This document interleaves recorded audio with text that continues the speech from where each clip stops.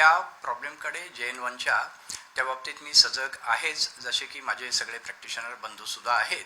आणि तुम्ही मला हा प्रश्न विचारताय हे मला ठीक वाटतं आहे की गेल्या करोनाच्या काळामध्ये जवळजवळ 2,500 रुग्णांना मी माझ्या याच OPDमध्ये ट्रीट केलं. आणि सांगायचं गोष्ट म्हणजे एवढी ती सिव्हिअर लाटा असूनसुद्धा पहिली आणि दुसरी लाट तर विशेषतः खूप गंभीर होती, तिसरी चौथी त्या मानाने कमी, तरीसुद्धा त्यातले 95% रुग्ण हे OPD माझ्याकडेच बरे झाले. आणि केवळ मला 5% रुग्णांनाच हॉस्पिटलाइज करायला लागलं होतं. आणि त्यातले सुद्धा अक्षरशः 1%च फक्त डेथ्स झाल्या. हे मी कोविडच्या सिरियस ज्या वेळेला वेव होती त्यावेळची गोष्ट सांगितली. आता मला हा प्रश्न येतो आहे की JN1चा वोकल कॉर्ड्स आणि याच्यावर काय परिणाम होणार आहे.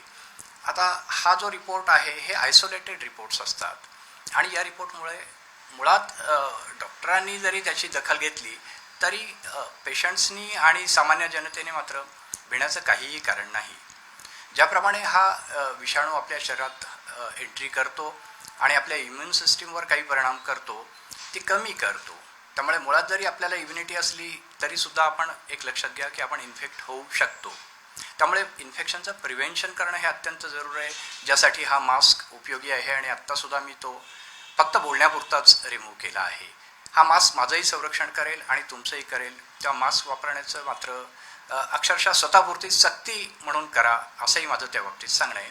तर आपण मूळ प्रश्नाकडे वळूया. JN1 हा विषाणू शरीरात शिरल्यानंतर शरीरातल्या सगळ्याच सिस्टीम्सवर परिणाम करतो, त्यापैकी एक वोकल कॉर्ड आणि रेस्पिरेटरी सिस्टीम. रेस्पिरेटरी सिम्पटम्स हे नेहमीच जास्त असतात. नाकापासून सुरू होत आपलं श्वासनलिका, लॅरिंग्स आणि लॅरेंजियल ॲपॅरेटस, त्याच्यात असलेल्या वोकल कॉर्ड्स, याच्यावर तो विषाणू नक्कीच घरटं करू शकतो आणि काही परिणाम दाखवू शकतो. त्यापैकी वोकल कॉर्डला इडिमा म्हणजे सूज येणं, त्या सुजेमध्ये एखादा नोड्यूल तयार होणं आणि त्याचा आवाजावर परिणाम होणं. हा विशिष्ट विषाणू हा मुळातच त्याचं नेचर असं आहे की तो काही डॅमेज किंवा सिक्वेल आम्ही ज्याला म्हणतो, आफ्टरमॅथ, तो मागे सोडतो. त्याप्रमाणे काही आवाजावरचे परिणाम काही काळासाठी, कदाचित थोडं जास्त काळासाठी असे होऊ शकतील.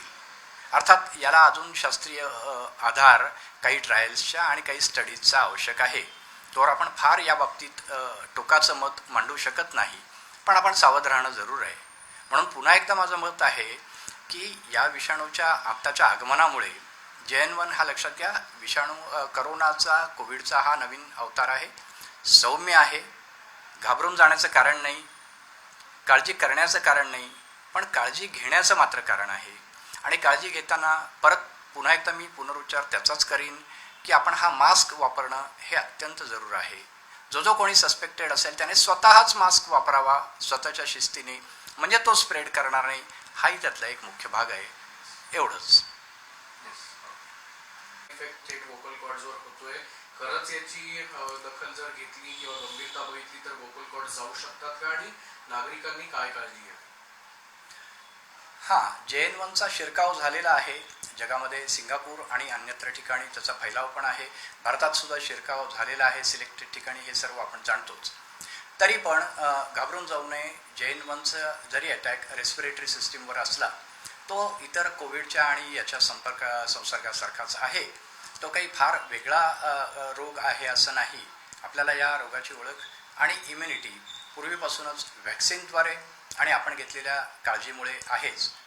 हा JN1 विषाणू जसा नाकापासून फुफ्फुसापर्यंत सर्वत्र पसरतो, तसा तो आपल्या वोकल कॉर्ड्स, लॅरेंजियल ॲपॅरेटस, श्वासनलिका यांच्यामध्ये जाऊन काही घरटं करतो, राहतो आणि तिथे लॉंग लास्टिंग म्हणजे पुष्कळ वेळ तरळणारा असा इफेक्ट देऊ शकतो असं दिसतंय.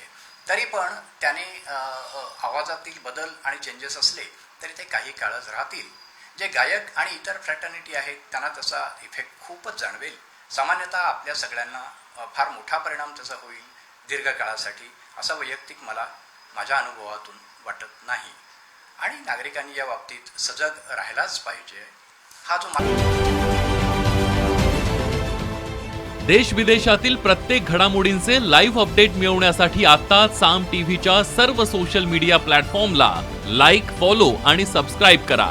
तसंच सर्व नोटिफिकेशनसाठी बेल आयकॉन प्रेस करायला विसरू नका.